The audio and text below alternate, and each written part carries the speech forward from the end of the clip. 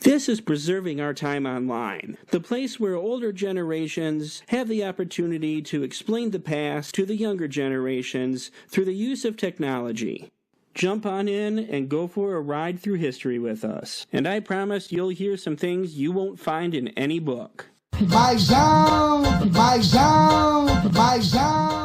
To start off talking about, well, whatever you want, but I was thinking Urbandale was what we had kind of ended on before. Mm-hmm.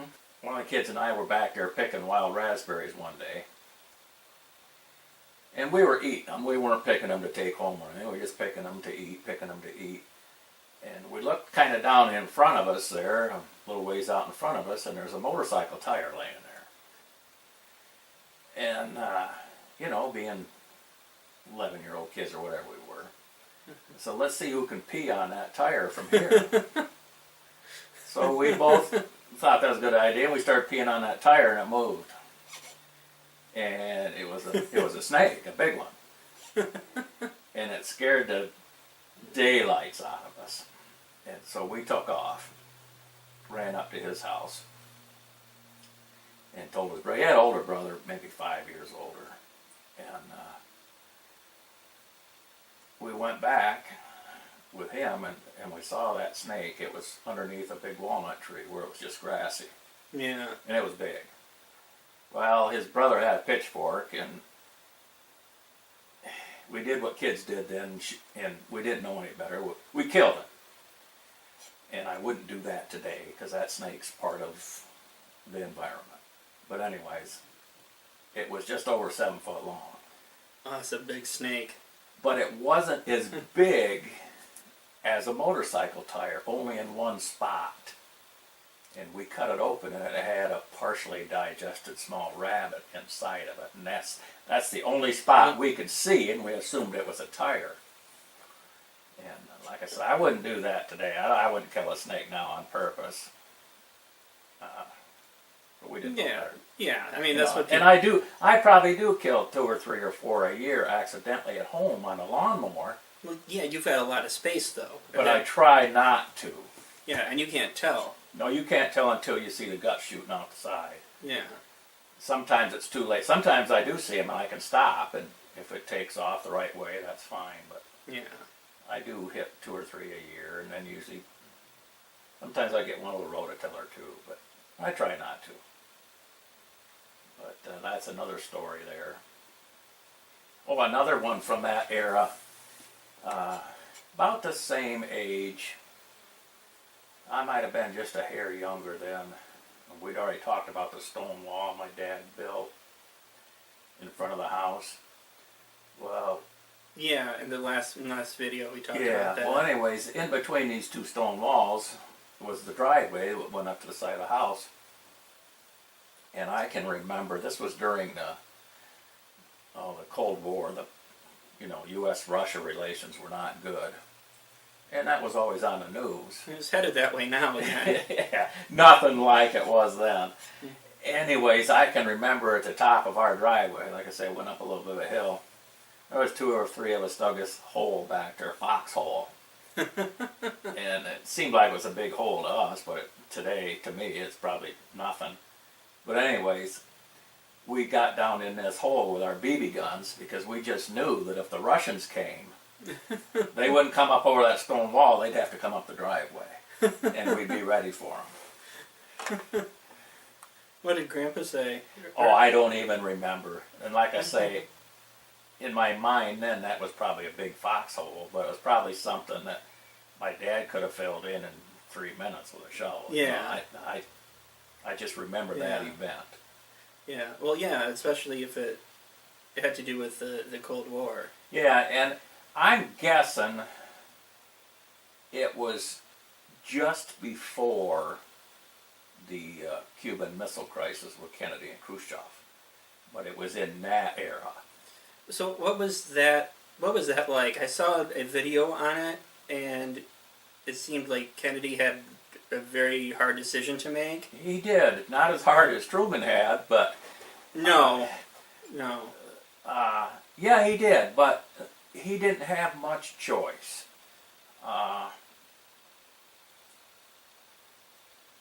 the Russians were putting missiles in Cuba, Yeah. and that's 90 miles away. Yeah, that's all I really know. That would be like. And he finally Kennedy told him, he says, they gotta go. Yeah. And they sent the Navy out to blockade anything. And We did. The United States did. the United States Navy had a blockade there, and they were going to sink anything that came across. Oh wow. And that's how serious it was. That's not like today with the jets that almost hit each other, and like the Russians. No, you see that? They're just Those being, things, yeah, that's just testing. Yeah. This was for real. Yeah. That's just. It was extremely serious, and Khrushchev backed down. And relations were rough for a long time. Was it Reagan that broke? Reagan and Gorbachev got their act together, Yeah.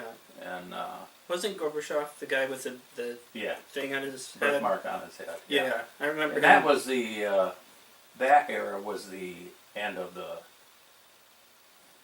the Soviet Union, all the satellite countries and everything. Oh, I remember that falling Yeah. down. I was in 4th grade. right, I remember that because someone got a piece of the wall or something, Right. somehow. yeah, that was that was a good thing. Both Reagan and Gorbachev should be granted credit for trying to Well, yeah, be friendlier with each other. yeah, well, yeah, because I mean, it was pretty bad. It sounds like. Well, it before. was 20-some years before that, or Yeah. 30. Now, was it? Did it slowly get better, or was it? Yeah, it just didn't happen overnight. It just nothing happens overnight. Yeah, Well, other than Truman's decision, but yeah. Well, but that took 2 that was nights. before me, so That took 2 nights. yeah. But I had all sorts of Urbandale stories. I can't think of anything that people would find interesting or be mad at. There'd probably be people mad at me for killing a snake, but Well, that's what happened, though. that's just the way it was. And like I say, I would never do that now. I would Yeah. encourage other people not to do that. And you don't get on the internet, and so you don't see how people debate about things. Right, don't even know how to turn a computer on, so. Yeah, and so there's always people that are gonna just mess with people. Oh, yeah, because, Just- you'll see that on the news, like, what's a prime example? Oh, this Flint water crisis here a while back. I noticed it on the news, that there was, must have been Facebook, people claiming that the governor of our state should be executed Yeah, because of this. Well, it wasn't his fault. yeah. That's a little bit different than what I'm talking about. But yeah, that's over the top. That's the internet allows people to be anonymous, and so they can say things that are over the top Or But- stupid. or stupid without having to,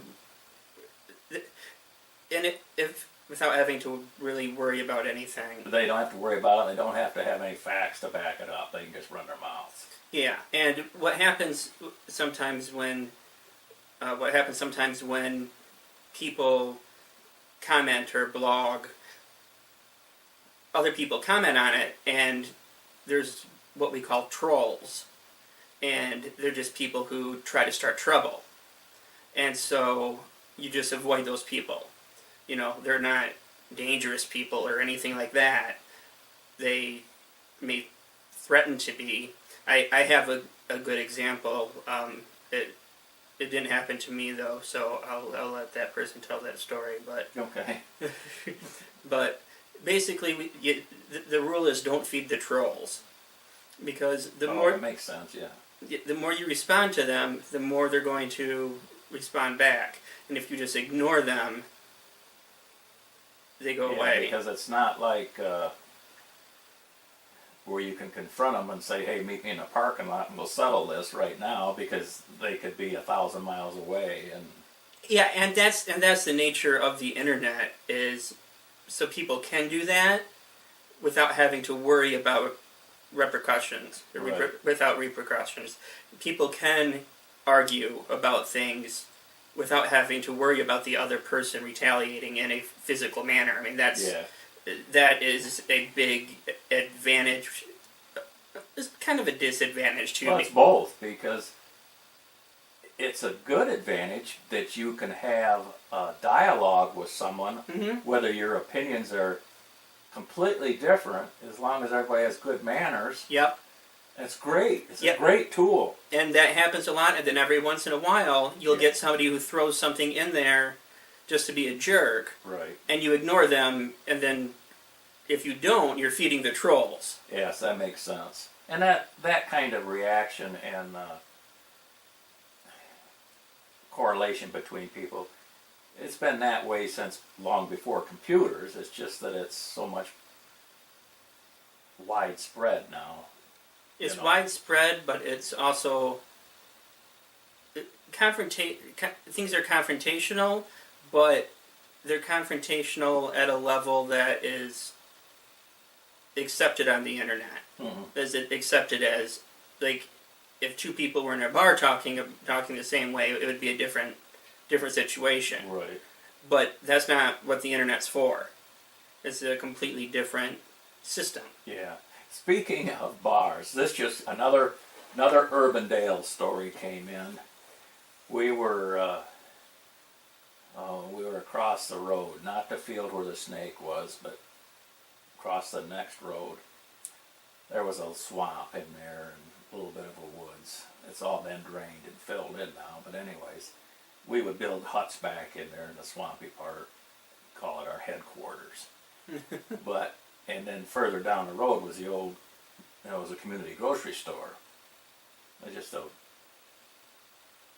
like a family-owned small grocery store, and had a meat counter and everything. Yeah. But anyways, and it was open in the back, and I know that there was older kids that would go in there and steal stuff, usually beer from the back. And we were walking down our path to headquarters one day, and off on the side was a six-pack of Falstaff beer. Now this was in the summertime. What kind of beer? Falstaff. I've And, never heard of And that. it was bottles. They were all bottles then. And we saw them there, and we looked around. There was no big kids around there. They probably stashed a beer and took off and were going to come and get it later. And I don't know. I always carried a pocket knife of some kind. Yeah. I always have, always will. And because it's a tool. Yeah. Well, the one that I happened to have had a bottle opener in it, so we opened one of the bottles and Warm beer. really warm beer. You know, we were probably 11, 12, and that's the first beer I ever drank. And we didn't drink the whole bottle. We took a couple of drinks Yeah. and all but threw up and couldn't figure out why anybody would want to drink that stuff. But we kept looking around, and nobody came by, so we opened all of them, dumped them out, put the caps back on, put the bottles back in the six-pack. And we went and hid for a while, but we never saw anybody come back. That's funny. And that's probably a good thing, but we knew that area. We could hide and nobody'd ever find us. Yeah. We knew where to hide. Yeah. Well, you had been there for so long. Well, yeah, and that's what we did. I mean, we played outside. If we weren't playing baseball, we were out messing around in the woods or the fields or Yeah. climbing trees or doing that kind of stuff. Yeah, it was physical activity as opposed to what a lot of Right. people do today. Oh, yeah, we were always doing something. I mean, not everybody. A lot of people do Oh, physical yeah, things. it's completely but, different. Completely different today. But, We'd go fishing now and then, get on our bikes and ride over the creek or something. But yeah, I had a good time as a kid there. where did you go after Urbandale? After Urbandale, let's see, I'd have been, well, we moved to Nebraska for a little while. Oh, really? While my dad was working there. He was there a long time, and we went there. Is that where the waffle plant is, or was that I somewhere don't else? know. I don't think they even had them then, but They built a new plant there, and The waffle plant is okay. I remember when Yeah, I they don't- brought him back for that. yeah, I say I don't know any of the particulars there, but I remember it was in I think. I was in 8th grade, I think. Let's see, 7th grade, 8th grade, and we moved out there for half the school year or so, and then moved back, and then we moved from Urbandale out towards Level Park. But I remember moving to Nebraska. I had been going for 2 years to a small parochial school, real small. So- There was like two grades per classroom I thought that you had gone to a Catholic for school 2 years. Yeah. at one point. And so I went from this really small school with no amenities, that didn't have a cafeteria, they didn't have a gym, that kind of stuff. I went to this inner city junior high that probably had 2,000 kids in it. So it was a big change. A huge change. And, but it was a good change, it was a lot different. I remember they had a regular gymnastics set up for part of your gym class. Yeah. They had ropes and to climb and pommel horse and parallel bars. They had all that stuff. Swimming pool and Well, they could two afford high it. step- Oh yeah, they had all that stuff, and it was a real shock from what I was used to. Yeah, because that was what you went to was private, right? Right. As Just for opposed the 2 years, yeah. as opposed to a public school that had money Correct. from. But I had been going to public school Yeah. until then. Okay. But this junior high, Monroe Junior High, oh, they had all sorts of stuff, and really nice shop program, both woodworking and metalworking. I remembered part of that. And one thing that I really remember was that they had a regular cafeteria. It wasn't like the school that you kids went to. If you bought your lunch at school, you got a couple choices and that was it. Yeah. Well, this was a cafeteria. You went through and got what you wanted and paid for it when Yeah. you were done. Well, I always liked grapefruit, and I always had canned grapefruit, and I just loved it. I would get it. I still remember get it in a little glass dish, and then I'd eat that grapefruit along with my lunch on the days that I didn't carry my lunch, and then I would wipe that glass dish out because they had soft serve ice cream too. And go Oh. get that ice cream in there. I don't know how many times I did that. It may not be as many as I'm remembering, but I remember that real well because I just loved grapefruit. And now I'm not supposed to have it with a cholesterol medicine. So, but yeah, that was, I can remember there in Nebraska, wind always blows there. Well, they had a snowstorm, 14 inches of snow, which is kind of a lot of snow for that area. Then the wind's always blowing 40 miles an hour, and we lived in this 3-story apartment, and they were kind of close together, the buildings, and we were on the 3rd floor, and that wind blew that snow up to our windows on the 3rd floor, just in the drift that came around between the buildings. Oh, that's. But that was a rarity there. It was always windy, and they always had snow, but they didn't always get 14 inches of snow. Yeah. Yeah, I know a story that you might have forgot about. That you can talk about the woodshop story. With the kid stealing your. Oh, that was there. Yeah. That was there, and I still remember the kid's name, but I'm not going to tell you. You had a choice of these projects to make, and myself with a couple other kids made this same project. It was a wall hanging shelf with 3 shelves, mahogany. That's what we all chose, and I really took a lot of time to make mine because I'd had a little bit of experience in that kind of stuff because my dad was always handy with everything. Yeah. So I had some basic knowledge even of woodworking. Very basic, but more than this other kid. He didn't know Yeah. shit from apple butter. He was Yeah. kind of a doof.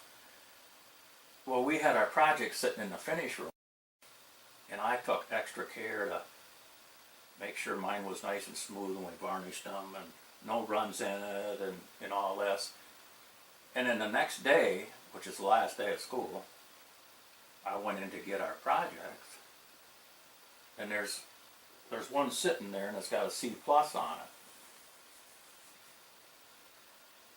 And this other kid's going out with one with an A on it, and he's grinning like a possum in a hen house. Well, he took mine. He didn't know the difference. You know, he didn't steal mine. He just didn't know.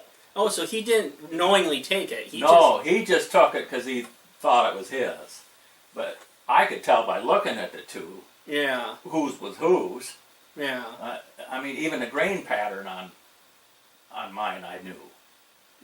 And I didn't say anything. You know, I was kind of the new kid there, and the teacher wouldn't have believed me anyway. But that kind of irritated me. I still have that shelf, though. Really? Yes. What I should do someday, of course this is 50-some years ago, I should strip that thing down, sand it real good, and put a little bit better finish on it, and it wouldn't look so bad.